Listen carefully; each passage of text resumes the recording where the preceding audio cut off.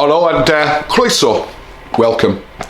Another story from Welsh history, and this is from the 1936 book, you can see, called Stories from Welsh History by H.T. Evans. And this was a school book. This went out to the classrooms. These are stories that were being taught in the schools before World War II. And this is actually a story about a Welsh courtier, it's called, chapter 18, Welsh courtier. But it also talks about the Welsh bowman and the importance of these things. And something which is touched on in here, which is mentioned, you find more about with modern history and research, is that throughout the medieval period, what's called that medieval period, the Welsh were famed soldiers. It was a very, very warlike country. Young boys taught to use the bow from a very young age. By the time they came men, they have their full long bow and their weapons, their armour, and they go off all over Europe fighting as professional soldiers.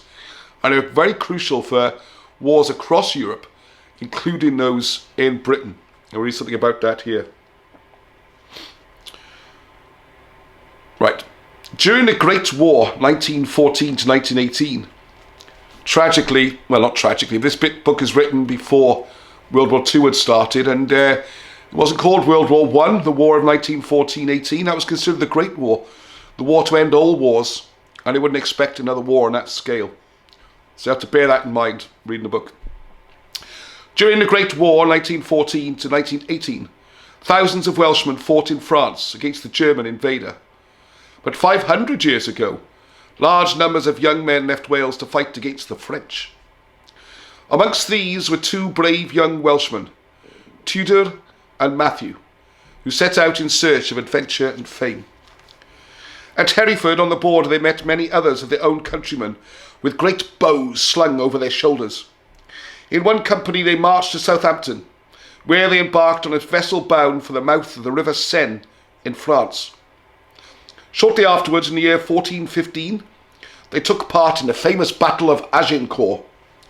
The Welsh bowmen played a great part in the victory won by Henry V of England. Tudor was tall and handsome, with blue eyes and fair hair that hung down to his shoulders like a shower of gold. His great bravery on the battlefield brought him to the notice of the king, and he was made one of Henry's own bodyguard. Not long afterwards, Henry married Catherine, the daughter of the King of France. The wedding took place in Paris in very grand surroundings, but none was more proud of himself than young Tudor, who, richly dressed, was present at the wedding in the great cathedral.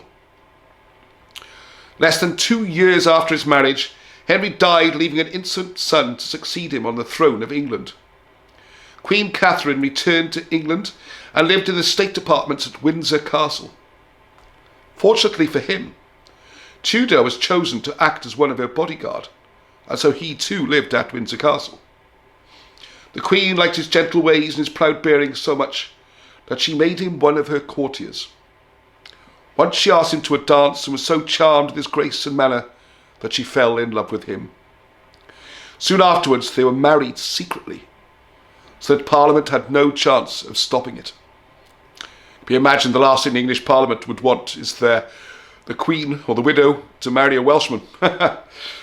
So the marriage was kept so secret that for several years only a few of Catherine's closest friends knew anything about it. Then an enemy betrayed them, and Tudor was at once seized and put in prison because he had dared to marry a Queen of England. Now, this is the crucial part for history here. Catherine and Tudor had 3 sons. Of one we know very little, but the young king, Henry VI, their half-brother, was very kind to the other 2. So Henry VI is a son of the king before he died. They got the same mother, different fathers.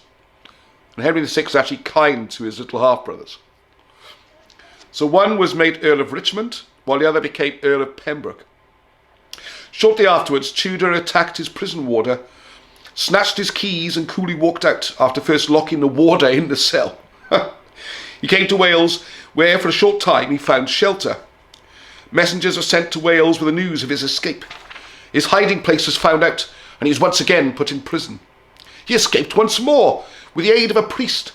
When the priest visited him, they exchanged clothes, and Tudor came out in the priest's garb. Still in disguise, he went from place to place until he came to Pembroke Castle. When he arrived, he naturally had a warm welcome, for his own son, Jasper, was Earl of Pembroke and owner of the castle. Then some of the great lords became displeased with the king's rule, and, led by the Duke of York, made war upon him.